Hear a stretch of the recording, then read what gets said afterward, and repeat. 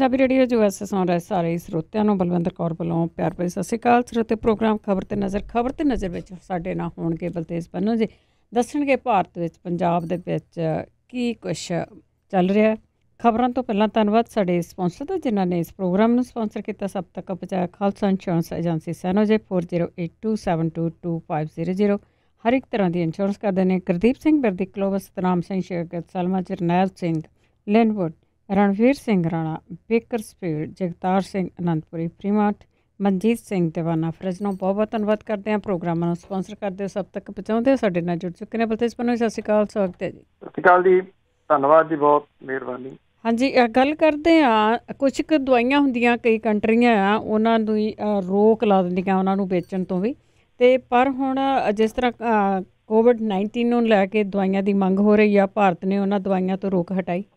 ਬਿਲਕੁਲ ਜੀ, ਐਕਚੁਅਲੀ ਮੈਂ ਕੱਲ੍ਹ ਵੀ ਗੱਲ ਕੀਤੀ ਸੀ ਜੀ ਕਿ ਕਨੈਨ ਹੁੰਦੀ ਸੀ ਇੱਕ ਟਾਈਮ, ਅੱਜ ਉਹਦੀ ਜ਼ਰੂਰਤ ਜਿਹੜੀ ਹੈ ਜੀ ਉਹ ਮਹਿਸੂਸ ਕੀਤੀ ਜਾ ਰਹੀ ਆ। ਵੈਸੇ ਇਹ ਵੀ ਗੱਲ ਜਿਹੜਾ ਹੈ ਜੀ ਕਿ ਇਹ ਕਿੰਨੀ ਕੁ ਕਾਰਗਰ ਹੈ ਇਸ ਕੋਰੋਨਾ ਵਾਇਰਸ ਦੇ ਵਿੱਚ, ਇਹਦੇ ਉੱਤੇ ਹਾਲਾਂਕਿ ਕੋਈ ਬਹੁਤ ਵੱਡੀਆਂ ਜਿਹੜੀਆਂ ਉਹ ਸਟੱਡੀ ਨਹੀਂ ਆ ਮੌਜੂਦ ਕਿ ਇਹਦਾ ਇੰਨਾ ਜਿਹੜਾ ਜੀ ਉਹ ਅਸਰ ਹੋ ਸਕਦਾ, ਕਿੰਨਾ ਇਹ ਅਸਰ ਜਿਹੜਾ ਕਰ ਸਕਦੀ ਹੈ। ਇੱਦਾਂ ਹੈ ਕਿ ਜਿਹੜੀ ਅੱਗੇ ਤੋਂ ਅੱਗੇ ਗੱਲ ਚੱਲ ਪੈਂਦੀ ਹੈ, ਕਿਉਂਕਿ ਜੇ ਆਪਾਂ ਮੈਡੀਕਲ ਲਾਈਨ ਵਾਲਿਆਂ ਦੀ ਗੱਲ ਕਰੀਏ, ਜੇ ਇੰਨੀ ਇਹ ਕਾਰਗਰ ਹੋਵੇ ਤੇ ਹੁਣ ਨੂੰ ਇਹਦਾ ਜਿਹੜਾ ਜੀ ਵੱਡਾ ਚਰਚਾ ਛਿੜ ਪੈਂਦਾ। ਇਹਨੂੰ ਕਿਉਂ ਜਿਹੜਾ ਜੀ ਉਹ ਸਮਝਿਆ ਜਾ ਰਿਹਾ ਕਿ ਇਹ ਥੋੜ੍ਹੀ ਬਹੁਤੀ ਕਾਰਗਰ ਹੋ ਸਕਦੀ ਹੈ, ਸ਼ਾਇਦ ਇਸ ਰੂਪ ਦੇ ਵਿੱਚ ਕਿ ਮਲੇਰੀਏ ਨੂੰ ਕੰਟਰੋਲ ਕਰਨ ਦੇ ਵਾਸਤੇ ਇਹ ਜਿਹੜੀ ਜੀ ਉਹ ਬਿਹਤਰ ਦਵਾਈ ਮੰਨੀ ਜਾ ਰਹੀ ਹੈ। ਇਹ ਇੱਕ ਇਹਦਾ ਰੀਜ਼ਨ ਕਿਤੇ ਨਾ ਕਿਤੇ ਹੋ ਸਕਦਾ ਹੈ। ਅਮਰੀਕਾ ਦੇ ਰਾਸ਼ਟਰਪਤੀ ਹੋਰਾਂ ਨੇ ਵੀ ਪਿਛਲੇ ਦਿਨੀ ਜਿਹੜਾ ਜੀ ਇਹ ਮੰਗ ਕੀਤੀ ਸੀ, ਔਰ ਇਹਦਾ ਜਿਹੜਾ ਬਣਾਉਣ ਵਾਲਾ ਹੈ, ਜਿਹੜਾ ਇਹਦਾ ਬਰਾਮਦਕਾਰ ਹੈ ਵਿਸ਼ਵ ਦੇ ਵਿੱਚ ਸਭ ਤੋਂ ਵੱਡਾ, ਉਹ ਭਾਰਤ ਹੈ। ਭਾਰਤ ਨੇ ਪੈਰਾਸੀਟਾਮੋਲ ਤੇ ਮਲੇਰੀਆ ਦੇ ਖਿਲਾਫ ਅਸਰਦਾਰ ਦਵਾਈ ਜਿਹੜੀ ਹੈ ਜੀ ਹਾਈਡਰੋਕਸੀ ਕਲੋਰੋਕੁਇਨ, ਇਹਦੀ ਬਰਾਮਦ ਦੇ ਉੱਤੇ ਪਾਬੰਦੀ ਜਿਹੜੀ ਆ ਉਹ ਕੁਝ ਹੱਦ ਤੱਕ ਹਟਾਉਣ ਦਾ ਫੈਸਲਾ ਜਿਹੜਾ ਉਹ ਲਿਆ। ਇਹ ਫੈਸਲਾ ਕੋਵਿਡ-19 ਦੀ ਜਿਹੜੀ ਮਹਾਂਮਾਰੀ ਆ ਉਹਦੇ ਨਾਲ ਨਿਪਟਣ ਦੇ ਵਾਸਤੇ ਇੰਟਰਨੈਸ਼ਨਲ ਲੈਵਲ ਦੇ ਉੱਤੇ ਜਿਹੜੀਆਂ ਜ਼ਿੰਮੇਵਾਰੀਆਂ ਨੇ ਉਹਦੇ ਤਹਿਤ ਲਿਆ ਗਿਆ। ਭਾਰਤ ਨੇ ਇਹ ਵੀ ਕਿਹਾ ਹੈ ਕਿ ਉਹ ਬਰਾਮਦ ਦੇ ਉੱਤੇ ਲਾਈ ਜਿਹੜੀ ਪਾਬੰਦੀ ਆ ਉਹਦੇ ਉੱਤੇ ਮੁੜ ਕੇ ਵਿਚਾਰ ਕਰ ਰਿਹਾ, ਔਰ ਸਾਰੇ ਪੱਖ ਤੇ ਮਾਮਲੇ ਦੀ ਗੰਭੀਰਤਾ ਜਿਹੜੀ ਹੈ ਜੀ ਉਹ ਵੇਖ ਕੇ ਇਹਦੇ ਉੱਤੇ ਜਿਹੜੀਆਂ ਦੀ ਦਵਾਈਆਂ ਭੇਜੀਆਂ ਜਾਣਗੀਆਂ। ਭਾਰਤ ਨੇ ਐਕਚੁਅਲੀ 25 ਮਾਰਚ ਨੂੰ ਇਹਨਾਂ ਦਵਾਈਆਂ ਦੀ ਬਰਾਮਦ ਦੇ ਉੱਤੇ ਪਾਬੰਦੀ ਲਾ ਦਿੱਤੀ ਸੀ। ਇਹਨਾਂ ਦਵਾਈਆਂ ਦੇ ਕੋਵਿਡ-19 ਪੀੜਤ ਨੇ ਉਹਨਾਂ ਦੇ ਉੱਤੇ ਅਸਰਦਾਰ ਹੋਣ ਦੇ ਦਾਅਵੇ ਕੁਝ ਜਿਹੜੇ ਆ ਜੀ ਉਹ ਮਾਹਿਰਾਂ ਦੇ ਵੱਲੋਂ ਕੀਤੇ ਜਾ ਰਹੇ ਆ। ਭਾਰਤ ਦੁਨੀਆ ਦਾ ਸਭ ਤੋਂ ਵੱਡਾ ਬਰਾਮਦਕਾਰ ਜਿਹੜਾ ਜੀ ਉਹ ਹੈ ਕਿ ਇਹ ਜਿਹੜੀ ਦਵਾਈ ਇੱਥੇ ਜਿਹੜੀ ਉਹ ਬਣਦੀ ਆ। ਜਿਹੜੇ ਰਾਸ਼ਟਰਪਤੀ ਟਰੰਪ ਨੇ ਉਹਨਾਂ ਨੇ ਦਵਾਈਆਂ ਦੇ ਵਾਸਤੇ ਭਾਰਤ ਦੇ ਪ੍ਰਧਾਨ ਮੰਤਰੀ ਨਰਿੰਦਰ ਮੋਦੀ ਹੋਰਾਂ ਨੂੰ ਫੋਨ ਕਰਕੇ ਨਿੱਜੀ ਤੌਰ ਦੇ ਉੱਤੇ ਜਿਹੜਾ ਜੀ ਆਖਿਆ ਸੀਗਾ ਕਿ ਹਾਈਡਰੋਕਸੀ ਕਲੋਰੋਕੁਇਨ ਜਿਹੜੀ ਹੈ ਜੀ ਉਹ ਦਿੱਤੀ ਜਾਵੇ ਅਮਰੀਕਾ ਨੂੰ। ਅਮਰੀਕਨ ਜਿਹੜੇ ਸਿਹਤ ਦੇ ਮਾਹਰ ਨੇ ਉਹ ਇਸ ਦਵਾਈ ਨੂੰ ਵਰਤਣ ਦੀ ਸਲਾਹ ਦੇ ਰਹੇ ਆ। ਭਾਰਤ ਨੇ ਪਾਬੰਦੀ ਦਾ ਫੈਸਲਾ ਘਰੇਲੂ ਲੋੜਾਂ ਨੂੰ ਪੂਰਨ ਕਰਨ ਦੇ ਧਿਆਨ ਦੇ ਵਿੱਚ ਰੱਖਦਿਆਂ ਜਿਹੜਾ ਜੀ ਉਹ ਲਿਆ ਸੀਗਾ ਵੀ ਇੱਥੇ ਜ਼ਿਆਦਾ ਇਹਦੀ ਲੋੜ ਪੈ ਸਕਦੀ ਆ। ਪਰ ਭਾਰਤੀ ਮੈਡੀਕਲ ਖੋਜ ਕੌਂਸਲ ਨੇ ਵੀ ਇਹਦੀ ਸਿਫਾਰਿਸ਼ ਕੀਤੀ ਆ, ਔਰ ਅਮਰੀਕਾ ਦੇ ਜਿਹੜੇ ਵਿਦੇਸ਼ ਵਿਭਾਗ ਆ ਉਹਦਾ ਜਿਹੜਾ ਸਪੋਕਸਮੈਨ ਆ ਉਹਨੇ ਇਹ ਗੱਲ ਕਹੀ ਹੈ ਕਿ ਫਾਰਮਾ ਸੈਕਟਰ ਦੇ ਵਿੱਚ ਦੋਵਾਂ ਮੁਲਕਾਂ ਦੀ ਪੁਰਾਣੀ ਸਾਂਝ ਹੈ, ਔਰ ਹੁਣ ਵੀ ਉਹ ਸਹਿਯੋਗ ਦੇ ਵਾਸਤੇ ਆਸਵੰਦ ਨੇ। ਅਮਰੀਕਾ ਦੇ ਵਿੱਚ ਕਈ ਮਰੀਜ਼ ਇਸ ਦਵਾਈ ਦੇ ਨਾਲ ਜਿਹੜਾ ਜੀ ਉਹ ਤੰਦਰੁਸਤ ਹੋਏ ਦੱਸੇ ਜਾ ਰਹੇ ਨੇ। ਸਰਕਾਰ ਦੇ ਇਸ ਫੈਸਲੇ ਤੋਂ ਬਾਅਦ ਕਾਂਗਰਸ ਦੇ ਸਾਬਕਾ ਪ੍ਰਧਾਨ ਰਾਹੁਲ ਗਾਂਧੀ ਨੇ ਇਹ ਗੱਲ ਜਿਹੜੀ ਹੈ ਜੀ ਕਹੀ ਹੈ ਕਿ ਬੇਸ਼ੱਕ ਕੋਵਿਡ-19 ਖਿਲਾਫ ਮੁਹਿੰਮ ਦੇ ਵਿੱਚ ਭਾਰਤ ਨੂੰ ਸਾਰਿਆਂ ਨੂੰ ਸਹਿਯੋਗ ਜਿਹੜਾ ਜੀ ਉਹ ਦੇਣਾ ਬਣਦਾ, ਔਰ ਭਾਰਤ ਆਪਣੀ ਇਸ ਜ਼ਿੰਮੇਵਾਰੀ ਤੋਂ ਮੁਨਕਰ ਨਹੀਂ ਹੋ ਸਕਦਾ ਜੀ ਇਸ ਮਾੜੇ ਸਮੇਂ ਦੇ ਮੌਕੇ ਦੇ। ਬਿਲਕੁਲ ਜੀ, ਸਮਾਂ ਪੂਰੀ ਦੁਨੀਆ 'ਤੇ ਬਹੁਤ ਮਾੜਾ ਆ। ਚੰਗੀ ਗੱਲ ਆ ਜੇ ਉਹ ਮੰਨ ਗਏ ਤਾਂ। ਅੱਗੇ ਗੱਲ ਕਰਦੇ ਹਾਂ, ਭਾਰਤ ਵਿੱਚ ਭਾਰਤ ਸਰਕਾਰ ਵੱਲੋਂ ਲਾਕਡਾਊਨ ਨੂੰ ਵਧਾਉਣ ਦੇ ਉੱਤੇ ਵਿਚਾਰਾਂ ਹੋ ਰਹੀਆਂ। ਦੇਖੋ ਇਹਦੇ ਉੱਤੇ ਬਹੁਤ ਸਾਰੀਆਂ ਕਿਆਸ ਰਾਈਆਂ ਜਿਹੜੀਆਂ ਅਟਕਲਾਂ ਨੇ ਉਹ ਚੱਲ ਰਹੀਆਂ ਨੇ। ਹਾਲਾਂਕਿ ਜਿਹੜਾ ਕੇਂਦਰ ਦੀ ਸਰਕਾਰ ਹੈ ਜੀ ਉਹਨੇ ਇਹ ਗੱਲ ਕਹੀ ਹੈ ਕਿ ਇਹਦੇ ਉੱਤੇ ਅਟਕਲਾਂ ਨਾ ਜਿਹੜੀਆਂ ਲਾਈਆਂ ਜਾਣ। ਜਿਹੜੀ ਪੰਜਾਬ ਸਰਕਾਰ ਹੈ, ਜੇ ਆਪਾਂ ਉਹਦੀ ਗੱਲ ਕਰੀਏ ਤਾਂ ਉਹਨੇ ਵੀ ਇਹ ਗੱਲ ਮੰਨੀ ਹੈ ਕਿ ਹਾਲਾਤ ਅਜੇ ਸਹੀ ਨਹੀਂ ਗੇ, ਕਰਫਿਊ ਵਧਣ ਦੇ ਆਸਾਰ ਜਿਹੜੇ ਉਹ ਕਹੇ ਜਾ ਸਕਦੇ ਆ। 14 ਅਪ੍ਰੈਲ ਤੋਂ ਬਾਅਦ ਵੀ ਕਰਫਿਊ ਪੰਜਾਬ ਦੇ ਵਿੱਚ ਜਾਰੀ ਰਹਿ ਸਕਦਾ। ਤੇਲੰਗਾਨਾ ਸਣੇ 7 ਰਾਜਾਂ ਦੀਆਂ ਸਰਕਾਰਾਂ ਨੇ ਕੇਂਦਰ ਨੂੰ 14 ਅਪ੍ਰੈਲ ਤੋਂ ਬਾਅਦ ਵੀ ਲੋਕਡਾਊਨ ਜਾਰੀ ਰੱਖਣ ਦੇ ਵਾਸਤੇ ਆਖਿਆ।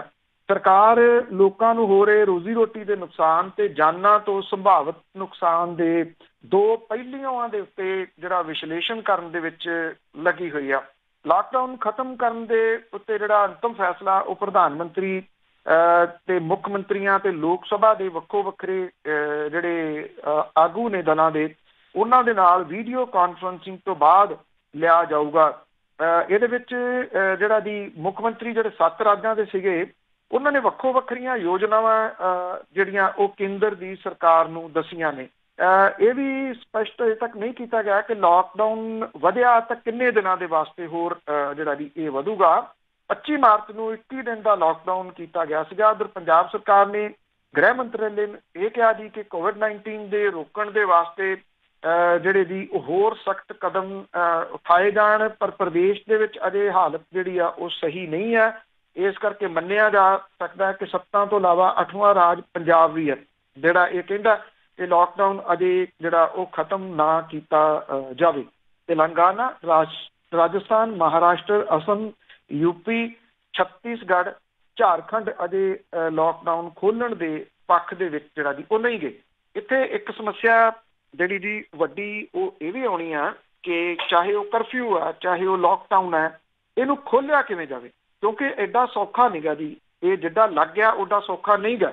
ਉਹ ਲੋਕ ਜਿਹੜੇ ਕਰਫਿਊ ਦੇ ਵਿੱਚ ਵੀ ਸੂਤ ਨਹੀਂ ਆਉਂਦੇ, ਜਿਹੜੇ ਲਾਕਡਾਊਨ ਦੇ ਵਿੱਚ ਵੀ ਨਹੀਂ ਆਉਂਦੇ, ਕੋਈ ਇੱਧਰੋਂ ਦੀ ਨਿਕਲ ਜਾਂਦਾ, ਕੋਈ ਇੱਧਰੋਂ ਦੀ। ਕਿੰਨੇ ਲੋਕ ਓਪਨ ਜੇਲ੍ਹਾਂ ਦੇ ਵਿੱਚ ਦਿੱਤੇ ਪਏ ਆ, ਕਿੰਨੇ ਲੋਕਾਂ ਦੇ ਵਹੀਕਲ ਜ਼ਬਤ ਕੀਤੇ ਪਏ ਆ। ਕਿਆ ਬਹਾਨੇਬਾਜ਼ੀ ਜਿਹੜੀ ਜੀ ਉਹ ਕਰਦੇ ਆ। ਜਦੋਂ ਮੰਨ ਲਓ ਕਿ ਜੇ ਸਰਕਾਰ ਇਹ ਕਹਿੰਦੀ ਆ ਕਿ ਜੀ ਲਾਕਡਾਊਨ ਖੋਲ੍ਹਿਆ ਜਾ ਰਿਹਾ, ਲਾਕਡਾਊਨ ਜਿਹੜਾ ਉਹ ਸਵੇਰ ਤੋਂ ਬੰਦ ਹੋ ਰਿਹਾ, ਜਾਂ ਕਰਫਿਊ ਜਿਹੜਾ ਸਵੇਰ ਤੋਂ ਚੁੱਕ ਰਿਹਾ, ਇਹ ਲੋਕ ਜਿਹੜੇ ਨੇ ਇਹ ਦਗੜ ਕਰਦੇ, ਉਹ ਵੀ ਲੋਕ ਸਟਰੀਟਾਂ ਦੇ ਉੱਤੇ ਆ ਜਾਣੇ ਆ ਜਿਨ੍ਹਾਂ ਨੂੰ ਕੰਮ ਕੋਈ ਨਹੀਂ ਗਾ। ਉਹਨਾਂ ਲੋਕਾਂ ਨੇ ਜਿਹੜਾ ਰਸ਼ ਪਾ ਦੇਣਾ, ਇਹਦੇ ਉੱਤੇ ਕੰਟਰੋਲ ਕਿਵੇਂ ਹੋਊਗਾ? ਇਹ ਆਪਣੇ ਆਪ ਦੇ ਵਿੱਚ ਬਹੁਤ ਵੱਡਾ ਜਿਹੜਾ ਦੀ ਉਹ ਸਵਾਲ ਬਣੂਗਾ ਆਉਂਦੇ ਦਿਨਾਂ ਦੇ ਦੌਰਾਨ।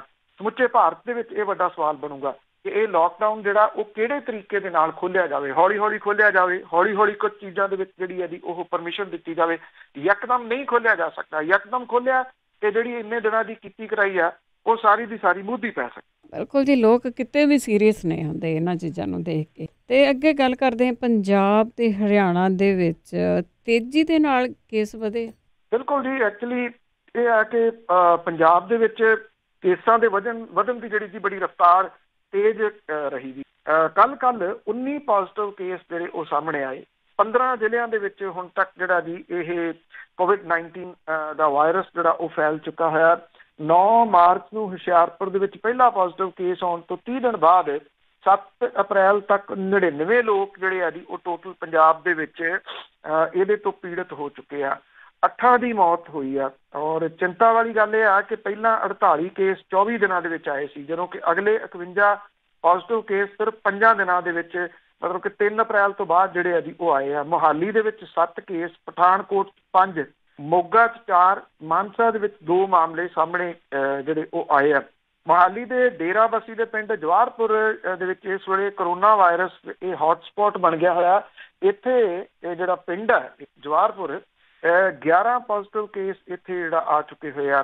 ਸੂਬੇ ਦੇ ਵਿੱਚ 2559 ਲੋਕਾਂ ਦੇ ਸੈਂਪਲ ਲਏ ਜਾ ਚੁੱਕੇ ਆ। ਇਹਦੇ ਵਿੱਚ 2204 ਦੀ ਰਿਪੋਰਟ ਨੈਗੇਟਿਵ ਤੇ 256 ਦੀ ਰਿਪੋਰਟ ਦਾ ਇੰਤਜ਼ਾਰ ਅਜੇ ਹੈ। 8 ਲੋਕਾਂ ਦੀ ਮੌਤ ਜਿਹੜੀ ਹੋ ਚੁੱਕੀ ਹੋਈ ਆ। 14 ਮਰੀਜ਼ ਕਰੋਨਾ ਤੋਂ ਠੀਕ ਹੋ ਚੁੱਕੇ ਹੋਏ ਆ। 2 ਦੀ ਹਾਲਤ ਗੰਭੀਰ ਆ, 1 ਨੂੰ ਵੈਂਟੀਲੇਟਰ ਦੇ ਉੱਤੇ ਰੱਖਿਆ ਗਿਆ। 77 ਮਰੀਜ਼ ਜਿਹੜੇ ਆ ਜੀ ਉਹ ਆਈਸੋਲੇਸ਼ਨ ਦੇ ਵਿੱਚ ਭਰਤੀ ਜਿਹੜੇ ਉਹ ਕੀਤੇ ਗਏ ਆ। ਹਾਲਾਤ ਜਿਹੜੇ ਜੀ ਉਹ ਹਰਿਆਣੇ ਦੇ ਵੀ ਇਸੇ ਤਰ੍ਹਾਂ ਦੇ ਬਣੇ ਹੋਏ ਆ। ਹਰਿਆਣਾ ਜਿੱਥੇ ਪਹਿਲਾਂ ਬਹੁਤ ਥੋੜੇ ਜਿਹੇ ਜਿਹੜਾ ਜੀ ਉਹ ਕੇਸ ਸੀਗੇ, ਜਦੋਂ ਪੰਜਾਬ ਦੇ ਵਿੱਚ 15 ਦੇ ਕਰੀਬ ਕੇਸ ਹੋ ਚੁੱਕੇ ਹੋਏ ਸੀਗੇ, ਹਰਿਆਣੇ ਦੇ ਵਿੱਚ ਇੱਕ ਵੀ ਕੇਸ ਉਸ ਵੇਲੇ ਨਹੀਂ ਸੀਗਾ। ਹੁਣ ਕੱਲ ਹਰਿਆਣੇ ਦੇ ਵਿੱਚ 37 ਜਿਹੜੇ ਨਵੇਂ ਪੋਜ਼ੀਟਿਵ ਕੇਸ ਆ ਉਹ ਸਾਹਮਣੇ ਆਏ ਆ। ਜਿਹੜੇ ਤਬਲੀਗੀ ਜਮਾਤ ਹੈ ਜੀ ਉਹਦੇ ਨਾਲ ਰਿਲੇਟਡ 35 ਦੇ ਕਰੀਬ ਜਿਹੜੇ ਜੀ ਇਹ ਕੇਸ ਦੱਸੇ ਜਾ ਰਹੇ ਆ। ਹਰਿਆਣੇ ਦੇ ਵਿੱਚ ਹੁਣ ਜਿਹੜਾ ਅੰਕੜਾ ਹੈ ਜੀ ਉਹ ਪੰਜਾਬ ਨਾਲੋਂ ਅੱਗੇ ਲੰਘ ਗਿਆ। 142 ਇੱਥੇ ਜਿਹੜੇ ਆ ਉਹ ਹੋ ਗਏ ਆ। 3 ਮੌਤਾਂ ਹਰਿਆਣੇ ਦੇ ਵਿੱਚ ਹੋ ਚੁੱਕੀਆਂ ਹੋਈਆਂ ਨੇ ਹੁਣ ਤੱਕ। ਜੇ ਪੰਜਾਬ ਦੀ ਆਪਾਂ ਗੱਲ ਕਰੀਏ ਤਾਂ ਮੋਹਾਲੀ ਦੇ ਵਿੱਚ, ਮੋਹਾਲੀ ਡਿਸਟ੍ਰਿਕਟ ਜਿਹੜਾ ਸਭ ਤੋਂ ਵੱਧ ਕੇਸ ਜਿਹੜੇ ਇਹਦੀ ਆਏ ਆ। ਔਰ ਪਹਿਲਾਂ ਜਿਹੜਾ ਸੀਗਾ ਜੀ ਨਿਸ਼ਾਨੇ ਦੇ ਉੱਤੇ ਉਹ ਨਵਾਂ ਸ਼ਹਿਰ ਸੀਗਾ। ਨਵਾਂ ਸ਼ਹਿਰ ਹੁਣ ਗਿਣਤੀ ਵਾਲੇ ਮਾਮਲੇ ਦੇ ਵਿੱਚ ਬਹੁਤ ਉੱਥੇ ਕੰਟਰੋਲ ਹੋ ਗਿਆ, ਉੱਥੇ ਕੋਈ ਕੇਸ ਜਿਹੜੇ ਵਧੇ ਨਹੀਂ। ਮੋਹਾਲੀ ਡਿਸਟ੍ਰਿਕਟ ਦੇ ਵਿੱਚ ਜ਼ਿਆਦਾ ਕੇਸ ਕਿਉਂ ਵਧੇ, ਇਹਦੇ ਉੱਤੇ ਜਿਹੜੀਆਂ ਬਹੁਤੀਆਂ ਸਿਹਤ ਸੇਵਾਵਾਂ ਦੀਆਂ ਟੀਮਾਂ ਨੇ ਉਹ ਲਗਾਤਾਰ ਕੰਮ ਕਰ ਰਹੀਆਂ ਨੇ ਕਿ ਇੱਥੇ ਇੰਨੇ ਜ਼ਿਆਦਾ ਕੇਸ ਕਿਉਂ ਆਏ ਜੀ। ਤੇ ਅੱਗੇ ਜਿਸ ਤਰ੍ਹਾਂ ਭਾਈ ਨਿਰਮਲ ਸਿੰਘ ਖਾਲਸਾ ਹੁਣਾਂ ਦੇ ਚਲਾਣੇ ਤੋਂ ਬਾਅਦ ਉਹ ਜਿਹੜਾ ਵਿਵਾਦ ਆ ਕਿ ਡੈੱਡ ਬੋਡੀ ਨਹੀਂ ਲੈਣੀ, ਕਈ ਪਰਿਵਾਰ ਹਜੇ ਵੀ ਨਹੀਂ ਪਹੁੰਚ ਰਹੇ। ਬਿਲਕੁਲ ਜੀ, ਇਹ ਵਰਤਾਰਾ ਜਿਹੜਾ ਜੀ ਪੰਜਾਬ ਦੇ ਵਿੱਚ ਲਗਾਤਾਰ ਹੁੰਦਾ ਜਿਹੜਾ ਜੀ ਉਹ ਨਜ਼ਰ ਆ ਰਿਹਾ। ਕਰੋਨਾ ਵਾਇਰਸ ਦੀ ਦਹਿਸ਼ਤ ਦਾ ਇਹ ਸਿੱਟਾ ਲੋਕਾਂ ਨੇ ਇਸ ਬਿਮਾਰੀ ਨਾਲ ਮਰਨ ਵਾਲੇ ਆਪਣੇ ਨੇੜਲਿਆਂ ਸਕੇ ਸੰਬੰਧੀਆਂ ਤੋਂ ਮੂੰਹ ਮੋੜ ਲਿਆ। ਅੰਮ੍ਰਿਤਸਰ ਦੇ ਵਿੱਚ ਇਸੇ ਤਰੀਕੇ ਦੇ ਨਾਲ ਕਰੋਨਾ ਵਾਇਰਸ ਕਰਕੇ ਨਗਰ ਨਿਗਮ ਦੇ ਸਾਬਕਾ ਸੁਪਰੀਡੈਂਡੈਂਟ ਇੰਜੀਨੀਅਰ ਜਸਵਿੰਦਰ ਸਿੰਘ ਦਾ ਸੰਸਕਾਰ ਕੀਤੇ ਜਾਣ ਤੋਂ ਪਰਿਵਾਰ ਨੇ ਨਾ ਕਰਤੀ। ਇਸ ਤੋਂ ਬਾਅਦ ਜ਼ਿਲ੍ਹਾ ਪ੍ਰਸ਼ਾਸਨ ਨੇ ਸੰਸਕਾਰ ਕੀਤਾ। ਜਸਵਿੰਦਰ ਸਿੰਘ ਜਿਹੜਾ 65 ਸਾਲਾਂ ਦਾ ਸੀਗਾ ਜੀ, ਔਰ ਉਹਦੀ ਪ੍ਰਾਈਵੇਟ ਹਸਪੀਟਲ ਦੇ ਵਿੱਚ ਜਿਹੜੀ ਆ ਉਹ ਮੌਤ ਹੋ ਗਈ ਸੀਗੀ ਜੀ। ਔਰ ਉਹਦੀ ਮੌਤ ਜਿਹੜੀ ਆ ਜੀ ਉਹ ਇਸੇ ਵਜ੍ਹਾ ਕਰਕੇ ਹੋਈ ਸੀ, ਕਰੋਨਾ ਵਾਇਰਸ ਕਰਕੇ। ਸਿਹਤ ਵਿਭਾਗ ਦੇ ਵੱਲੋਂ ਉਹਦੇ ਟੈਸਟ ਦੀ ਰਿਪੋਰਟ ਵੀ ਪੋਜ਼ਿਟਿਵ ਆਈ ਸੀ, ਔਰ ਜ਼ਿਲ੍ਹਾ ਪ੍ਰਸ਼ਾਸਨ ਦੇ ਵੱਲੋਂ ਮ੍ਰਿਤਕ ਦੇ ਪਰਿਵਾਰ ਨੂੰ ਉਹਦੀ ਮ੍ਰਿਤਕ ਦੇ ਲਿਜਾਣ ਦੇ ਵਾਸਤੇ ਕਿਹਾ ਸੀਗਾ। ਉਹਦੀ ਬੇਟੀ ਹਾਲਾਂਕਿ ਡਾਕਟਰੀ ਜਿਹੜੀ ਦੀ ਉਹ ਕਰ ਰਹੀ ਹੈ, ਪਰ ਕਿਸੇ ਨੇ ਉਹਨਾਂ ਨੇ ਨਾ ਕਰਤੀ ਜੀ, ਕੋਈ ਨਹੀਂ ਆਇਆ। ਪ੍ਰਾਈਵੇਟ ਹਸਪੀਟਲ ਦੇ ਵੱਲੋਂ ਜਿਹੜਾ ਜੀ ਕੋਈ ਹੁੰਗਾਰਾ ਨਹੀਂ ਦਿੱਤਾ ਗਿਆ। ਇਸ ਤੋਂ ਬਾਅਦ ਪ੍ਰਸ਼ਾਸਨ ਨੇ ਗੁਰਦੁਆਰਾ ਸ਼ਹੀਦਾਂ ਨੇੜੇ ਸ਼ਮਸ਼ਾਨ ਘਾਟ ਦੇ ਵਿੱਚ ਜਿਹੜੀਆਂ ਅੰਤਮ ਰਸਮਾਂ ਸੀਗੀਆਂ ਉਹ ਨਿਭਾਈਆਂ। ਜਸਵਿੰਦਰ ਸਿੰਘ ਦਾ ਅੰਤਮ ਸੰਸਕਾਰ ਜਿਹੜਾ ਸੀ ਉਹ ਕੀਤਾ। ਜਿਹੜੇ ਡਿਸਟ੍ਰਿਕਟ ਦੇ ਡਿਪਟੀ ਕਮਿਸ਼ਨਰ ਨੇ ਉਹਨਾਂ ਨੇ ਜਿਹੜੀ ਡਿਊਟੀ ਸੀ ਉਹ ਲਾਈ। SDM ਤੇ AC ਤਹਿਸੀਲਦਾਰ SHO ਜਿਹੜੇ ਸੀ ਜੀ ਉਹਨਾਂ ਨੇ ਇਹਨਾਂ ਰਸਮਾਂ ਨੂੰ ਪੂਰਾ ਕੀਤਾ, ਔਰ ਉਹਨਾਂ ਨੇ ਹੀ ਮੋਢਾ ਦਿੱਤਾ ਤੇ ਲਾਂਬੂ ਜਿਹੜਾ ਸੀ ਉਹ ਲਾਇਆ। ਨੇੜਲੇ ਗੁਰਦੁਆਰੇ ਤੋਂ ਗ੍ਰੰਥੀ ਜਿਹੜਾ ਸੀ ਉਹ ਛੱਡ ਕੇ ਅਰਦਾਸ ਕਰਵਾਈ ਗਈ। ਇਹ ਕਿਹਾ ਜਾ ਰਿਹਾ ਪ੍ਰਸ਼ਾਸਨ ਦੇ ਵੱਲੋਂ ਕਿ ਉਹਨਾਂ ਨੇ ਮਰੀਜ਼ ਦੇ ਪਰਿਵਾਰ ਦੇ ਨਾਲ ਰਾਬਤਾ ਕਾਇਮ ਕੀਤਾ ਸੀਗਾ, ਉਹਨਾਂ ਨੇ ਕੋਈ ਹੁੰਗਾਰਾ ਨਹੀਂ ਦਿੱਤਾ, ਕਿਸੇ ਨੇ ਵੀ ਹਾਂ ਦੇ ਵਿੱਚ ਜਵਾਬ ਨਹੀਂ ਦਿੱਤਾ। ਮ੍ਰਿਤਕ ਜਿਹੜਾ ਜੀ ਉੱਚੇ ਅਹੁਦੇ ਤੋਂ ਰਿਟਾਇਰਡ ਸੀਗਾ, ਔਰ ਜਿਵੇਂ ਮੈਂ ਦੱਸਿਆ ਕਿ ਉਹਦੀ ਬੇਟੀ ਡਾਕਟਰੀ ਦੀ ਪੜ੍ਹਾਈ ਕਰ ਰਹੀ ਹੈ, ਪਰ ਕੋਈ ਉਹਦਾ ਅੰਤਮ ਸੰਸਕਾਰ ਕਰਨ ਨਹੀਂ ਆਇਆ। ਨਾ ਉਹਨਾਂ ਨੇ ਇਹ ਡੈੱਡ ਬੋਡੀ ਜਿਹੜੀ ਜੀ ਉਹ ਵੇਖਣਾ ਉਹਨੂੰ ਠੀਕ ਸਮਝਿਆ। ਇਹ ਵਰਤਾਰਾ ਜਿਹੜਾ ਜੀ ਉਹ ਨਿਰੰਤਰ ਜਾਰੀ ਆ। ਵੈਸੇ ਜਿੱਥੋਂ ਤੁਸੀਂ ਗੱਲ ਸ਼ੁਰੂ ਕੀਤੀ ਸੀ ਉਹ ਠੀਕ ਹੈ। ਭਾਈ ਨਿਰਮਲ ਸਿੰਘ ਹੋਰਾਂ ਦੇ ਨਾਲ ਜੋ ਕੁਛ ਵੇਰਕਾ ਵਾਲਿਆਂ ਨੇ ਕੀਤਾ, ਉਹਨਾਂ ਦੀ ਜਿਹੜੀ ਡੈੱਡ ਬੋਡੀ ਸੀ ਉਹਦੇ ਨਾਲ, ਜੇ ਉਦੋਂ ਜਿਹੜੇ ਸਾਡੇ ਧਾਰਮਿਕ ਆਗੂ ਨੇ ਉਹ ਆਪਣੀ ਭੇਦ ਭਰੀ ਚੁੱਪ ਖੋਲ ਲੈਂਦੇ, ਕਿਉਂਕਿ ਇਹ ਗੱਲ ਤਾਂ ਕਹੀ ਜਾ ਰਹੀ ਹੈ ਨਾ, ਜਿਹੜੇ ਮੈਡੀਕਲ ਐਕਸਪਰਟ ਨੇ ਉਹ ਵੀ ਕਹਿੰਦੇ ਆ ਕਿ ਜਿਹੜਾ ਅੰਤਮ ਸੰਸਕਾਰ ਹੈ ਉਹਦੇ ਧੂਏ ਦੇ ਨਾਲ ਇਹ ਵਾਇਰਸ ਜਿਹੜਾ ਜੀ ਅੱਗੇ ਨਹੀਂ ਫੈਲਦਾ।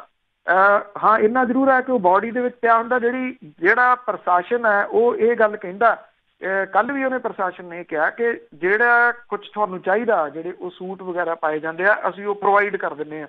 ਕਿੰਨੇ ਘਰ ਦੇ ਮੈਂਬਰਾਂ ਨੇ ਆਉਣਾ, 2 ਨੇ ਆਉਣਾ, 3 ਨੇ ਆਉਣਾ, ਤੁਸੀਂ ਆ ਜਾਓ, ਅਸੀਂ ਉਹ ਕਰ ਦਿੰਦੇ। ਪਰ ਉਹ ਜਿਹੜਾ ਜੀ ਉਹ ਸੂਟ ਵਗੈਰਾ ਜਿਹੜੀ ਉਹਦੀ ਆਫਰ ਦਿੱਤੇ ਜਾਣ ਤੋਂ ਬਾਅਦ ਵੀ ਇਹ ਲੋਕ ਜਿਹੜਾ ਜੀ ਉਹ ਨਹੀਂ ਆਏ, ਕਿਉਂਕਿ ਲੋਕਾਂ ਦੇ ਮਨਾਂ ਦੇ ਅੰਦਰ ਇੱਕ ਵੱਡਾ ਇਹ ਡਰ ਘਰ ਜਿਹੜਾ ਜੀ ਉਹ ਕਰ ਗਿਆ। ਔਰ ਇਸੇ ਕਰਕੇ ਪੰਜਾਬ ਦੇ ਵਿੱਚ ਇਹ ਪਹਿਲੀ ਵਾਰੀ ਇਸ ਤਰ੍ਹਾਂ ਦਾ ਕੁਝ ਜਿਹੜਾ ਜੀ ਉਹ ਵੇਖਣ ਨੂੰ ਮਿਲ ਰਿਹਾ, ਜਿਸ ਪੱਧਰ ਦੇ ਉੱਤੇ ਇਹ ਸਾਰਾ ਕੁਝ ਚੱਲ ਪਿਆ ਜੀ। ਬਿਲਕੁਲ ਜੀ, ਜਿਸ ਤਰ੍ਹਾਂ ਤੁਸੀਂ ਆਫਿਸਰ ਦੀ ਗੱਲ ਕਰਦੇ ਆ, ਕਿੰਨਾ ਪੈਸਾ ਕਮਾ ਕੇ ਪਰਿਵਾਰ ਨੂੰ ਦਿੱਤਾ ਹੋਊ, ਉਹਦੀ ਪੈਨਸ਼ਨ ਵੀ ਲੱਗਣੀ ਆ, ਇਹ ਚੀਜ਼ਾਂ ਬੜੀਆਂ ਪਿਆਰੀਆਂ ਲੱਗਦੀਆਂ। ਅਤੇ ਅੱਗੇ ਗੱਲ ਕਰਦੇ ਹਾਂ ਗਰਾਊਂਡ 'ਤੇ ਲੜਨ ਵਾਲਿਆਂ ਦੇ, ਫਰੰਟ 'ਤੇ ਲੜਨ ਵਾਲੇ ਜਿਹੜੇ ਨਾਇਕ ਹੈਗੇ ਆ, ਡਾਕਟਰ ਹੈਗੇ ਆ, ਉਹਨਾਂ ਨੇ ਮਹਾਂਮਾਰੀ ਦਾ ਰੁੱਖ ਮੋੜਿਆ। ਦੇਖੋ ਜੀ ਇਹ ਤਾਂ ਤਕਰੀਬਨ ਕਿਹਾ ਜਾ ਸਕਦਾ ਜੀ ਜਿਹੜੀਆਂ ਪੰਜਾਬ ਦੀਆਂ ਸਿਹਤ ਸੇਵਾਵਾਂ ਨੇ ਸਰਕਾਰੀ, ਇਹ ਜਿੱਥੋਂ ਤੱਕ ਜਿੰਨਾ ਉਹ ਲੜ ਰਹੇ ਆ ਮੁਕਾਬਲਾ ਕਰਨ ਦੇ ਵਾਸਤੇ ਉਹਨਾਂ ਦੇ ਕੋਲੇ ਕਾਰਗਰ ਹਥਿਆਰ ਵੀ ਨਹੀਂ ਹੈਗੇ, ਪਰ ਹੌਸਲਾ ਹੈ ਇਹਨਾਂ ਲੋਕਾਂ ਦਾ ਜੀ, ਇਹ ਲੜ ਰਹੇ ਆ।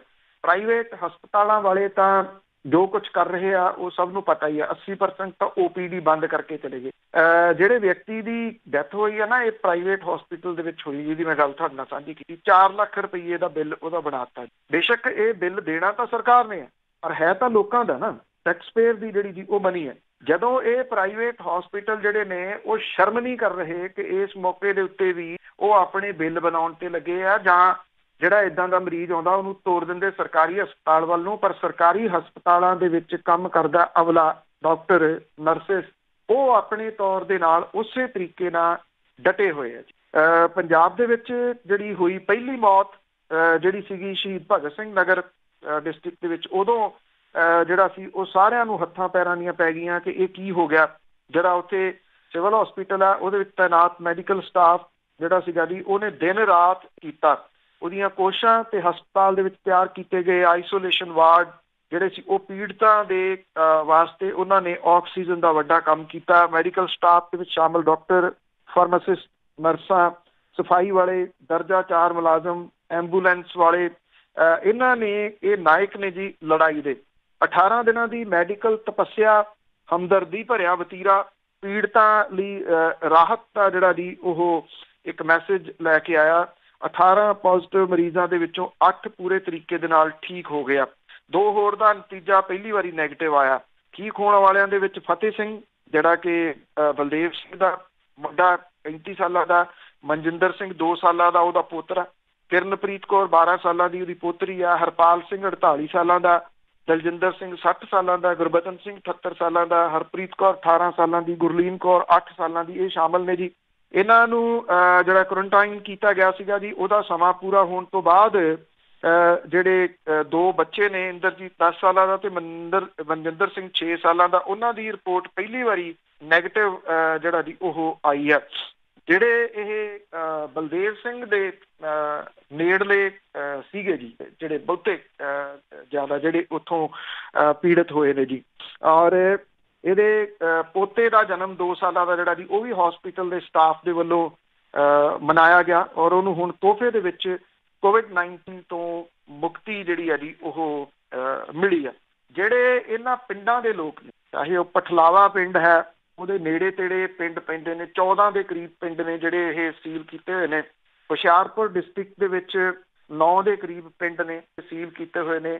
ਜੋ ਪੇਸ਼ੈਂਸ ਇਹਨਾਂ ਪਿੰਡਾਂ ਦੇ ਲੋਕਾਂ ਨੇ ਵਿਖਾਈ ਆ, ਜੋ ਇਕਜੁੱਟਤਾ ਇਹਨਾਂ ਪਿੰਡਾਂ ਦੇ ਲੋਕਾਂ ਨੇ ਵਿਖਾਈ ਆ, ਔਰ ਆਪਸ ਦੇ ਵਿੱਚ ਜਦੋਂ ਦੇਖੋ ਚੁਫੇਰੇ ਤੋਂ ਇਹਨਾਂ ਨੂੰ ਨਫ਼ਰਤ ਦੇ ਨਾਲ ਵੇਖਿਆ ਜਾ ਰਿਹਾ ਹੋਵੇ, ਉਹਨਾਂ ਦੇ ਉੱਤੇ ਗਾਣੇ ਆ ਰਹੇ ਹੋਣ, ਬੇਹੂਦਾ ਜੇ ਟਾਈਪ ਦੇ ਗਾਇਕ ਜਿਹੜੇ ਜੀ ਉਹਨਾਂ ਨੂੰ ਵਿਲਨ ਬਣਾ ਕੇ ਗਾਣੇ ਕੱਢ ਰਹੇ ਹੋਣ, ਉਹਨਾਂ ਗਾਣਿਆਂ ਨੂੰ ਪੁਲਿਸ ਮੁਖੀ ਆਪਣੇ ਪੇਜ ਦੇ ਉੱਤੇ ਸ਼ੇਅਰ ਕਰ ਰਹੇ ਹੋਣ, ਉਸ ਟਾਈਮ ਦੇ ਉੱਤੇ ਉਹਨਾਂ ਦੀ ਮਾਨਸਿਕ ਦਸ਼ਾ ਜਿਹੜੀ ਉਹ ਕਿਹੋ ਜਿਹੀ ਹੋ ਸਕਦੀ ਹੈ, ਇਹ ਮਹਿਜ਼ ਚਿਤਵਿਆਈ ਜਿਹੜਾ ਜੀ ਉਹ ਜਾ ਸਕਦਾ। ਪਰ ਇਹਨਾਂ ਲੋਕਾਂ ਨੇ ਬਹੁਤ ਵੱਡੀ ਪੇਸ਼ੈਂਸ ਜਿਹੜੀ ਆ ਉਹ ਵਿਖਾਈ ਆ। ਪਠਲਾਵਾ ਜਾਂ ਬਾਕੀ ਜਿਹੜੇ ਪਿੰਡ ਨੇ ਉਹਨਾਂ ਦੇ ਵਿੱਚ ਜਿਹੜੇ ਨੌਜਵਾਨ ਨੇ ਜਿਨ੍ਹਾਂ ਦੇ ਗਰੁੱਪ ਬਣੇ ਹੋਏ ਆ ਪਿੰਡਾਂ ਦੇ ਵਿੱਚ, ਉਹਨਾਂ ਨੇ ਆਪਣੇ ਪਿੰਡ ਦੇ ਵਿੱਚ ਤੁਸੀਂ ਦੇਖੋ ਚੁਫੇਰਿਓਂ ਸੀਲ ਹੋਣ ਦੇ ਬਾਵਜੂਦ ਕਿਸੇ ਨੂੰ ਭੁੱਖਿਆ ਨਹੀਂ ਮਰਨ ਦਿੱਤਾ। ਜਿਹੜੇ ਘਰਾਂ ਦੇ ਵਿੱਚ ਰਾਸ਼ਨ ਹੈ ਉੱਥੋਂ ਥੋੜ੍ਹਾ ਥੋੜ੍ਹਾ ਰਾਸ਼ਨ ਲੈ ਕੇ, ਜਿੱਥੇ ਰਾਸ਼ਨ ਨਹੀਂ ਹੈਗਾ ਉਹਨਾਂ ਲੋਕਾਂ ਦੇ ਘਰਾਂ ਤੱਕ ਰਾਸ਼ਨ ਵੀ ਜਿਹੜਾ ਦੀ ਉਹ ਦਿੰਦੇ ਰਹੇ। ਇਹੋ ਜਿਹੇ ਹਨੇਰੀ ਦੇ ਵਿੱਚ ਜਦੋਂ ਕੋਈ ਡੈੱਡ ਬੋਡੀ ਜਿਹੜਾ ਦੀ ਉਹ ਲੈਣ ਦੇ ਵਾਸਤੇ ਨਹੀਂ ਆ ਰਿਹਾ ਆਪਣਿਆਂ ਦੀ ਜਿਹੜੇ ਦੀ, ਉਦੋਂ ਇਹਨਾਂ ਪਿੰਡਾਂ ਦੇ ਲੋਕਾਂ ਨੇ ਜਿਹੋ ਜਿਹੀ ਜੰਗ ਲੜੀ ਆ ਤੇ ਉਹਨਾਂ ਦਾ ਸਾਥ ਜਿਹੜਾ ਦੀ ਮੂਹਰਲੀ ਫਰੰਟ ਦੇ ਉੱਤੇ ਆ ਕੇ ਇਹਨਾਂ ਡਾਕਟਰ ਤਬਕੇ ਨੇ ਦਿੱਤਾ ਜੀ। ਦੇਖੋ ਇਹ ਸਾਰਾ ਕੁਛ ਹੌਲੀ ਹੌਲੀ ਬਦਲ ਜਾਣਾ ਆ, ਇਲਾਜ ਵੀ ਆ ਜਾਣਾ ਹੈ ਸਾਰਾ ਕੁਛ, ਪਰ ਇਹ ਚੀਜ਼ਾਂ ਜਿਹੜੀਆਂ ਜੀ ਉਹ ਯਾਦ ਰਹਿਣਗੀਆਂ ਔਰ ਵਰ੍ਹਿਆਂ ਤੱਕ ਯਾਦ ਰਹਿਣਗੀਆਂ। ਸਹੀ ਗੱਲ ਆ ਜੀ, ਬਹੁਤ ਕੁਛ ਸਿੱਖਿਆ ਹੋਊਗਾ ਲੋਕਾਂ ਨੇ। ਤੇ ਅੱਗੇ ਪਿੰਡਾਂ ਦੀ ਜਿਹੜੀ ਨਾਕਾਬੰਦੀ ਦੀ ਤੁਸੀਂ ਗੱਲ ਕਰਦੇ, ਨਾਕਾਬੰਦੀ ਹੋਈ ਆ ਤੇ ਨਸ਼ੇੜੀ ਭੁੰਜੇ ਲਾਏ ਆ, ਕਈ ਤਸਕਰ ਵੀ ਔਖੇ ਹੋਣੇ ਆ। ਬਹੁਤ ਔਖੇ ਆ ਜੀ, ਬਹੁਤ ਔਖੇ ਆ। ਪੰਜਾਬ ਦੇ ਵਿੱਚ ਠੀਕਰੀ ਪਹਿਰੇ ਜਿਹੜੇ ਆ ਜੀ ਉਹ ਨਸ਼ਾ ਸਪਲਾਈ ਲਾਈਨ ਤੋੜਨ ਦਾ ਸਬੱਬ ਬਣ ਰਹੇ ਆ ਜੀ। ਉਹ ਲਾਈਨ ਜਿਹੜੀ ਗੁਟਕੇ ਦੀ ਸਹੁੰ ਚੁੱਕ ਕੇ ਵੀ ਤੋੜੀ ਨਹੀਂ ਗਈ, ਤੋੜੀ ਨਹੀਂ ਜਾ ਸਕੀ। ਉਹਦਾ ਰੀਜ਼ਨ ਜਿਹੜਾ ਦੀ ਨੀਤ ਤੇ ਨੀਤੀ। ਇੱਕ ਵਾਰੀ ਸ਼ੁਰੂਆਤੀ ਦੌਰ ਦੇ ਵਿੱਚ ਇਹ ਲਾਈਨ ਟੁੱਟਣ ਲੱਗੀ ਸੀਗੀ, ਪਰ ਕਹਾਣੀ ਜਿਹੜੀ ਸੀ ਨਾ ਜੀ ਉਹ ਜਾ ਕੇ ਕਿੱਥੇ ਰੁਕ ਗਈ ਕਿ 1-2 ਪੁਲਿਸ ਵਾਲੇ ਫੜੇ ਗਏ ਤੇ ਗਾਂਹ ਦੀ ਗਾਂਹ ਤਾਰਾਂ ਜਿਹੜੀਆਂ ਸੀ ਉਹ ਤਾਂ ਤੱਕ ਚਲੇ ਗਈਆਂ, ਫਿਰ ਇਹ ਰੋਕ ਦਿੱਤੀ ਗਈ। ਹੁਣ ਕਹਿੰਦੇ ਤਾਂ ਹੈਗੇ ਆ ਜੀ ਅਸੀਂ ਤਾਂ ਲੱਕ ਤੋੜਨ ਦੀ ਗੱਲ ਕੀਤੀ ਸੀ, ਲੱਕ ਤੋੜਤਾ, ਲੱਕ ਨਹੀਂ ਟੁੱਟਿਆ ਜੀ, ਲੱਕ ਹੁਣ ਲੋਕ ਤੋੜ ਰਹੇ ਆ ਜੀ। ਇਹ ਸਪਲਾਈ ਲਾਈਨ ਜਿਹੜੀ ਆ ਉਹ ਟੁੱਟ ਰਹੀ ਹੈ। ਕਿੰਨੇ ਦਿਨ ਟੁੱਟੂਗੀ, ਕੀ ਹੋਊਗਾ? ਦੇਖੋ ਇਹ ਕੱਲ੍ਹ ਦੀਆਂ ਗੱਲਾਂ ਨੇ। ਜਿਹੜੇ ਚਿੱਟੇ ਤੇ ਲੱਗੇ ਆ, ਜਦੋਂ ਇਹ ਜੇ ਤਾਂ ਉਹਨਾਂ ਦੇ ਵਿੱਚ ਵਿਲ ਪਾਵਰ ਹੋਈ ਫਿਰ ਤਾਂ ਉਹ ਬਚ ਵੀ ਜਿਹੜਾ ਜੀ ਉਹ ਸਕਦੇ ਆ, ਪਰ ਜਦੋਂ ਦੁਬਾਰਾ ਮਿਲਣ ਲੱਗ ਗਿਆ ਫਿਰ ਜਿਹੜਾ ਦੀ ਉਹ ਖਾ ਸਕਦੇ ਆ। ਜੇ ਹੁਣ ਲੋਕ ਲੱਗੇ ਆ ਤੇ ਅੱਗੋਂ ਜੇ ਸਰਕਾਰ ਗੰਭੀਰ ਨਾ ਹੋਈ, ਇਹ ਕਹਾਣੀ ਇੱਥੇ ਮੁੱਕਣੀ ਨਹੀਂ।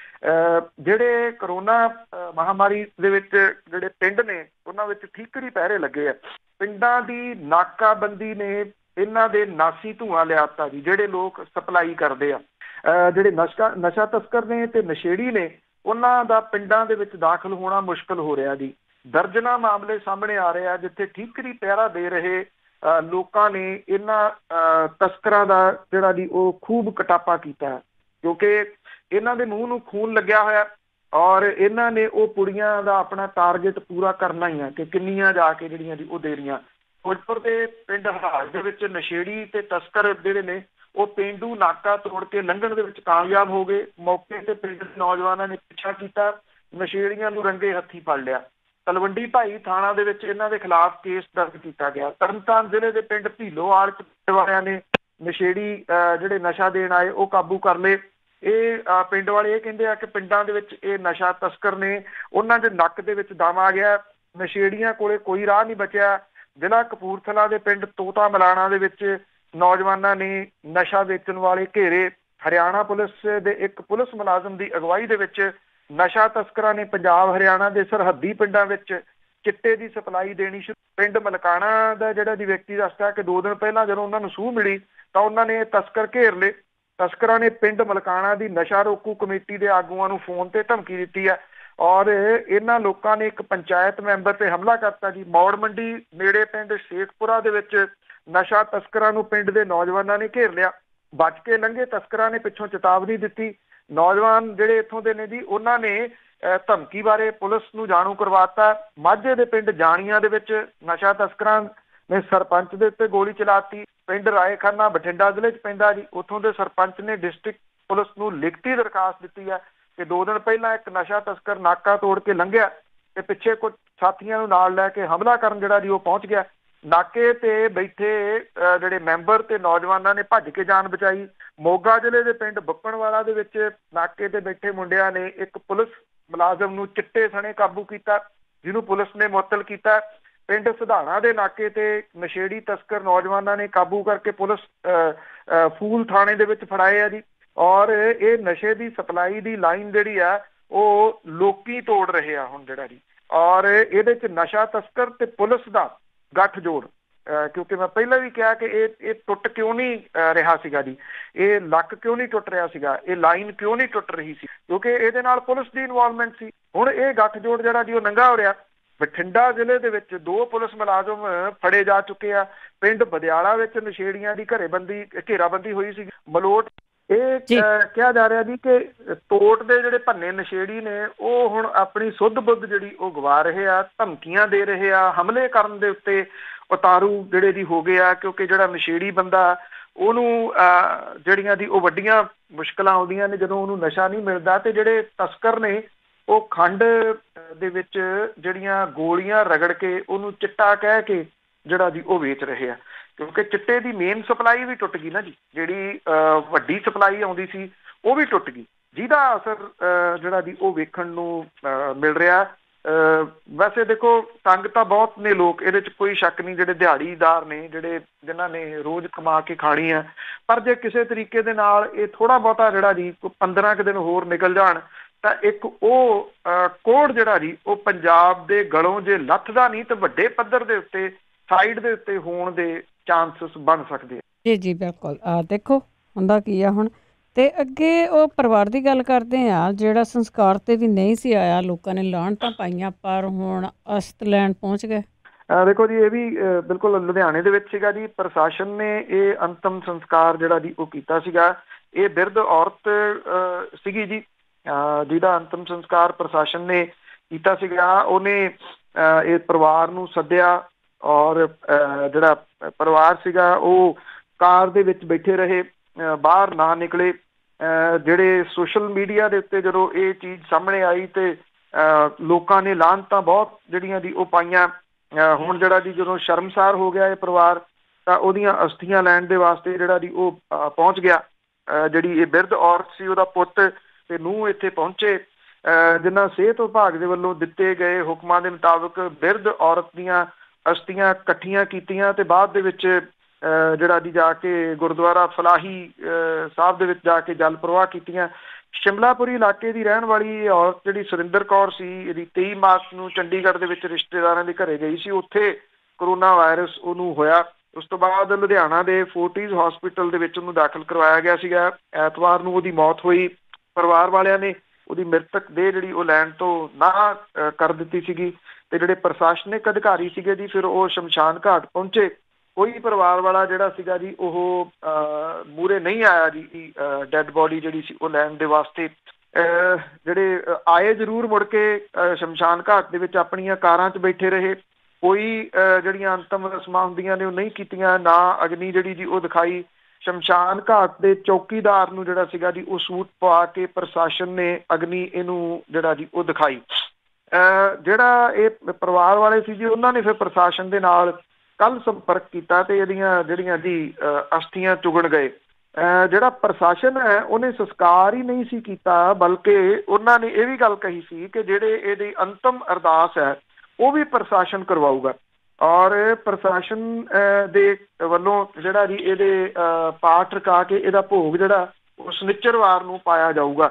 ਹੁਣ ਉਸ ਮੌਕੇ ਦੇ ਉੱਤੇ ਜਿਹੜਾ ਜੀ ਪਹੁੰਚਦਾ ਕੋਈ ਜਿਹੜਾ ਜੀ ਇਹਨਾਂ ਦੇ ਪਰਿਵਾਰ ਦੇ ਵਿੱਚੋਂ ਜਾਂ ਨਹੀਂ, ਜਿਵੇਂ ਅਸਥੀਆਂ ਲੈਣ ਆ ਗਏ ਆ, ਇਹ ਕਿਹਾ ਜਾ ਸਕਦਾ ਜੀ ਕਿ ਉੱਥੇ ਪਹੁੰਚ ਸਕਦੇ ਆ ਜੀ। ਇਹ ਹਾਲਾਤ ਪੰਜਾਬ ਦੇ ਵਿੱਚ ਜਿਹੜਾ ਜੀ ਉਹ ਬਣ ਰਹੇ ਆ। ਪਰ ਇੰਨਾ ਜ਼ਰੂਰ ਹੈ, ਜਿਵੇਂ ਮੈਂ ਇਹ ਗੱਲ ਕੀਤੀ ਸੀ ਕਿ ਜੇ ਉਸ ਦਿਨ ਧਾਰਮਿਕ ਤੇ ਸਾਡੇ ਜਿਹੜੇ ਸਮਾਜਿਕ ਲੋਕ ਨੇ ਉਹ ਅਪੀਲ ਕਰਨ, ਅਪੀਲ ਵੀ ਇਹ ਨਹੀਂ ਹੈ ਕਿ ਉਹਨਾਂ ਨੂੰ ਕਿਸੇ ਮੁਸ਼ਕਲ ਦੇ ਵਿੱਚ ਪਾਉਣ ਵਾਲੀ ਇਹ ਅਪੀਲ ਹੈ, ਬਲਕਿ ਇਹ ਜਿਹੜੇ ਮੈਡੀਕਲ ਤੌਰ ਦੇ ਉੱਤੇ ਇਹ ਗੱਲ ਆਖੀ ਜਾ ਰਹੀ ਹੈ ਕਿ ਇਹਦੇ ਨਾਲ ਕੋਈ ਜਿਹੜਾ ਜੀ ਉਹ ਫਰਕ ਨਹੀਂ ਪੈਂਦਾ। ਜਿਹੜਾ ਧੂੰਆਂ ਹੈ ਉਹ ਉਹਦੇ ਨਾਲ ਅੱਗੋਂ ਜਿਹੜਾ ਜੀ ਕਰੋਨਾ ਹੋਣ ਦਾ ਡਰ ਜਿਹੜਾ ਉਹ ਕੋਈ ਨਹੀਂਗਾ। ਇਸ ਪੁਆਇੰਟ ਆਫ ਵਿਊ ਦੇ ਨਾਲ ਜੇ ਦੇਖਿਆ ਜਾਵੇ ਤਾਂ ਇਹ ਚੀਜ਼ ਜਿਹੜੀ ਉਹ ਪ੍ਰਚਾਰਨੀ ਚਾਹੀਦੀ ਸੀ, ਅੱਜ ਨਹੀਂ ਬਲਕਿ ਜਿਸ ਦਿਨ ਭਾਈ ਨਿਰਮਲ ਸਿੰਘ ਹੋਰਾਂ ਦੇ ਨਾਲ ਇਹ ਸਾਰਾ ਕੁਝ ਵਾਪਰਿਆ ਇਹ ਉਸ ਦਿਨ ਜਿਹੜਾ ਜੀ ਉਹ ਪ੍ਰਚਾਰਨੀ ਚਾਹੀਦੀ ਸੀ, ਨਹੀਂ ਪ੍ਰਚਾਰੀ ਗਈ। ਇਹ ਸਾਡੇ ਧਾਰਮਿਕ ਆਗੂ ਜਿਹੜੇ ਜੀ ਉਹਨਾਂ ਨੇ ਅੱਜ ਤੱਕ ਇਹ ਜਿਹੜੀ ਘਟਨਾ ਵੇਰਕੇ ਦੇ ਵਿੱਚ ਵਾਪਰੀ ਸੀ ਇਹਨੂੰ ਨਿੰਦਣਾ ਵੀ ਆਪਣਾ ਫਰਜ਼ ਨਹੀਂ ਸਮਝਿਆ ਜੀ, ਜਿਹਦੇ ਕਰਕੇ ਇਹ ਅੱਗੇ ਤੋਂ ਅੱਗੇ ਫਿਰ ਜਿਹੜਾ ਜੀ ਉਹ ਵੱਧ ਗਿਆ। ਬਿਲਕੁਲ ਇਸ ਤਰ੍ਹਾਂ ਲੱਗਦਾ ਕਿ ਲੋਕਾਂ ਦੇ ਵਿੱਚ ਇਨਸਾਨੀਅਤ ਨਾਂ ਦੀ ਕੋਈ ਚੀਜ਼ ਹੀ ਹੈ ਨਹੀਂ ਗੀ। ਅਤੇ ਅਖੀਰ ਦੇ ਵਿੱਚ ਗੱਲ ਕਰਦੇ ਹਾਂ ਹਰੀਕੇ ਪੱਤਣ ਦੇ ਵਿੱਚ, ਜਿਸ ਤਰ੍ਹਾਂ ਆਪਾਂ ਗੱਲ ਕਰਦੇ ਹਾਂ ਕਿ ਸਾਰਾ ਕੁਛ ਹੀ ਸਾਫ਼ ਹੋ ਗਿਆ, ਵਾਤਾਵਰਨ ਸਾਫ਼ ਹੋ ਗਿਆ, ਅਤੇ ਉਸ ਦੇ ਵਿੱਚ ਵੀ ਡਾਲਫਿਨ ਨਜ਼ਰ ਆਏ। ਬਿਲਕੁਲ ਜੀ, ਐਕਚੁਅਲੀ ਹੈ ਤਾਂ ਬਹੁਤ ਕੁਛ ਹੈ ਉੱਥੇ। ਬਿਆਸ ਦਰਿਆ ਤਾਂ ਖਾਸ ਤੌਰ ਦੇ ਉੱਤੇ ਇੱਕੋ ਇੱਕ ਜੀਵਤ ਦਰਿਆ ਬਚਿਆ ਜੀ। ਜੀਵਤ ਦਰਿਆ ਤਾਂ ਕਰਕੇ ਕਿਹਾ ਜਾਂਦਾ ਹੈ ਕਿ ਬਿਆਸ ਦੇ ਵਿੱਚ ਅੱਜ ਵੀ ਜਿਹੜੇ ਜੀਵ ਜੰਤੂ ਨੇ ਪਾਣੀ ਵਾਲੇ ਉਹ ਬਹੁਤ ਸਾਰੇ ਹੈਗੇ ਆ। ਸਤਲੁਜ ਤਾਂ ਜਿਹੜਾ ਜੀ ਉਹ ਅਜੀਵਤ ਦਰਿਆ ਆ, ਕਿਉਂਕਿ ਸਤਲੁਜ ਦੇ ਵਿੱਚ ਹੈ ਨੀਗਾ ਜੀ ਕੁਛ ਵੀ। ਸਤਲੁਜ ਨੂੰ ਤਾਂ ਗੰਦਾ ਕਰ ਦਿੱਤਾ ਜੀ ਇੰਡਸਟਰੀ ਨੇ, ਸ਼ਹਿਰਾਂ ਦੇ ਜਿਹੜਾ ਜੀ ਉਹ ਪਾਣੀ ਨੇ। ਕਰੋਨਾ ਵਾਇਰਸ ਨੂੰ ਰੋਕਣ ਦੇ ਵਾਸਤੇ ਜਿਹੜਾ ਕਰਫਿਊ ਤੇ ਲੋਕਡਾਊਨ ਜਿਹੜਾ ਜੀ ਉਹ ਇਨਸਾਨਾਂ ਲਈ ਜਿੱਥੇ ਕਾਰਗਰ ਜੀ ਉੱਥੇ ਕੁਦਰਤ ਦੇ ਬੜਾ ਇਹ ਰਾਸ ਆ ਰਿਹਾ। ਪੰਜਾਬ ਦੀਆਂ ਨਦੀਆਂ ਨਾਲਿਆਂ ਵਿੱਚ ਪਾਣੀ ਜਿਹੜਾ ਜੀ ਉਹ ਥੋੜ੍ਹਾ ਸਾਫ਼ ਹੋਇਆ ਦਿਸ ਰਿਹਾ। ਪੰਜਾਬ ਪੋਲਿਊਸ਼ਨ ਕੰਟਰੋਲ ਬੋਰਡ ਜਿਹੜਾ ਜੀ ਉਹਦੇ ਅਨੁਸਾਰ ਵੀ ਇਹਦੇ ਵਿੱਚ ਫਰਕ ਜਿਹੜਾ ਦਿਸ ਰਿਹਾ। ਜਿਹੜੇ ਬੁੱਢਾ ਨਾਲਾ ਜੀ ਉਹਦੇ ਵਿੱਚ ਵੀ ਕੁਛ ਸੁਧਾਰ ਦਿਸ ਰਿਹਾ, ਕਿਉਂਕਿ ਇੰਡਸਟਰੀ ਬੰਦ ਹੈ।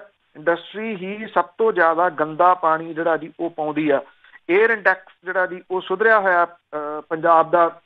ਹਾਂ, ਕੁਛ ਖਰਾਬ ਜ਼ਰੂਰ ਕੀਤਾ ਪਟਾਕਿਆਂ ਵਾਲਿਆਂ ਨੇ, ਥਾਲੀ ਕੁੱਟ ਮਹਿਕਮੇ ਨੇ, ਪਰ ਫਿਰ ਵੀ ਹਵਾ ਜਿਹੜੀ ਹੈ ਜੀ ਉਹ ਫੇਰ ਵਗੀ ਆ ਕੱਲ੍ਹ ਦੀ, ਤੇ ਉਹਨੇ ਫਿਰ ਇੱਕ ਵਾਰੀ ਜਿਹੜਾ ਜੀ ਉਹ ਸਾਫ਼ ਕੀਤਾ। ਕੁਦਰਤ ਬਾਰ-ਬਾਰ ਚਪੇੜਾਂ ਮਾਰ ਰਹੀ ਹੈ ਇਹਨਾਂ ਲੋਕਾਂ ਨੂੰ, ਔਰ ਇਹ ਦੱਸ ਰਹੀ ਆ ਕਿ ਕੁਦਰਤ ਕਿ ਜੇ ਉਹ ਸਾਫ਼ ਕਰਨਾ ਚਾਹੇ ਤੇ ਲੋਕਾਂ ਨੂੰ ਅੰਦਰ ਹੀ ਵਾੜ ਕੇ ਉਹ ਇਹ ਸਾਰਾ ਕੁਝ ਸਾਫ਼ ਕਰ ਸਕਦੀ ਹੈ।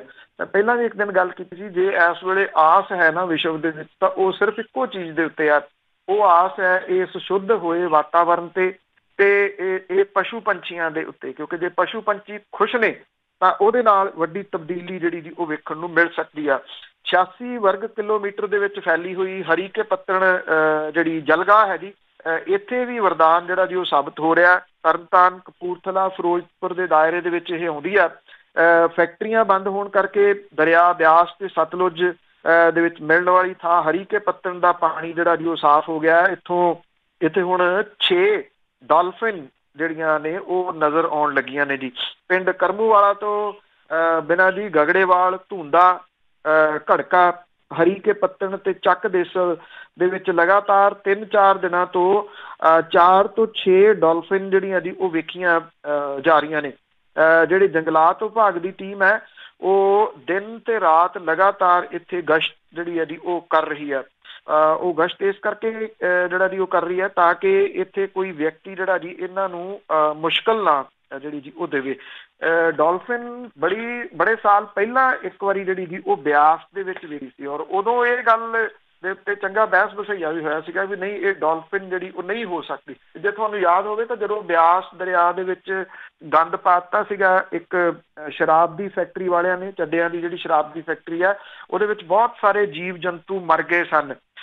ਉਦੋਂ ਕੁਝ ਜੀਵ ਜੰਤੂ ਜਿਹੜੇ ਆ ਜੀ ਉਹ ਲਿਆ ਕੇ ਛੱਡੇ ਵੀ ਗਏ ਸੀ, ਘੜਿਆਲ ਵੀ ਉਹਦੇ ਵਿੱਚ ਸ਼ਾਮਲ ਸੀਗੇ। ਘੜਿਆਲ ਤਾਂ ਮੁੜ ਕੇ ਨਹੀਂ ਜਿਹੜਾ ਜੀ ਉਹ ਵੇਖੇ ਗਏ ਕਿ ਉਹ ਕਿੱਥੇ ਗਏ, ਪਰ ਡੋਲਫਿਨ ਜਿਹੜੀਆਂ ਨੇ ਜੀ ਉਹ 6 ਦੇ ਕਰੀਬ ਉਹਨਾਂ ਦਾ ਇੱਥੇ ਸਰਗਰਮ ਹੋਣਾ ਹਰੀ ਕੇ ਪੱਤਨ ਜਲਗਾਹ ਦੇ ਵਿੱਚ ਇੱਕ ਇਹ ਨੇਚਰ ਦਾ ਇੱਕ ਬਹੁਤ ਪੋਜ਼ਿਟਿਵ ਜਿਹੜਾ ਜੀ ਉਹ ਸੁਨੇਹਾ ਹੈ ਮਨੁੱਖ ਨੂੰ।